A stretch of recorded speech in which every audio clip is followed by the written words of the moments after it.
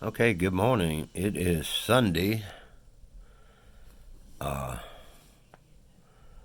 Sunday morning, about 7:30, I guess. I hear people starting to get up in my house, so it must be 7:30 or so.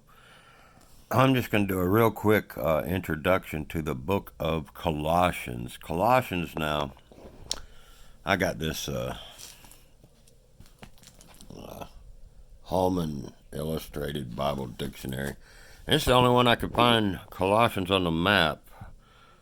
Evidently, they're not exactly sure, but it would have been founded on Paul's third missionary journey, and on this map it has it right by Laodicea, which is another thing that's interesting is Paul wrote to Ephesus, so did John, remember in Revelation, wrote to Ephesus, and John wrote to the church at Laodicea, and in the book of Colossians, it mentions Laodicea, I think, 5 times. So this probably is pretty close to where it was. The Colossians were well known for making purple fabric, and so that's what they were well known. And I read about it in this Holman deal. I don't know how accurate this is. I think the Unger's is better, but in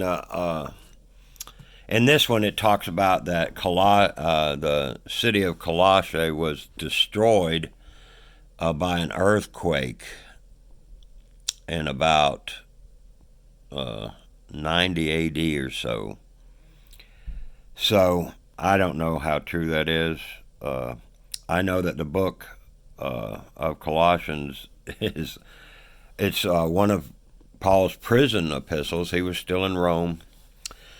Ruckman here's got the date at 64. I've seen it at 61. I've seen it at 65. So you got to take the dates with a grain of salt. But some of the best teachings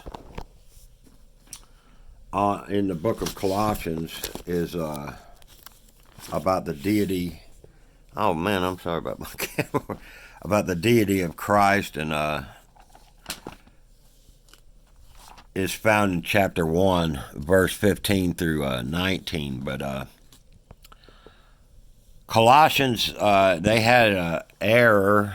What a lot of scholars say, the Gnostics were already coming into vogue at this time. And so Paul's going to deal with that in this book. He's going to deal with a lot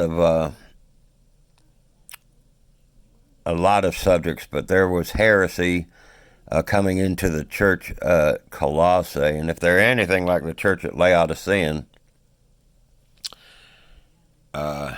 if you read Revelation, the Lord Jesus Christ had nothing good to say about Laodicea. And if Colossians, of course, like I said, it's mentioned here. Let's just read a little bit of what Ruckman has to say. Colossians is the second of Paul's epistles to the seven churches and intersects the seven churches to which John wrote. That's what I was talking about.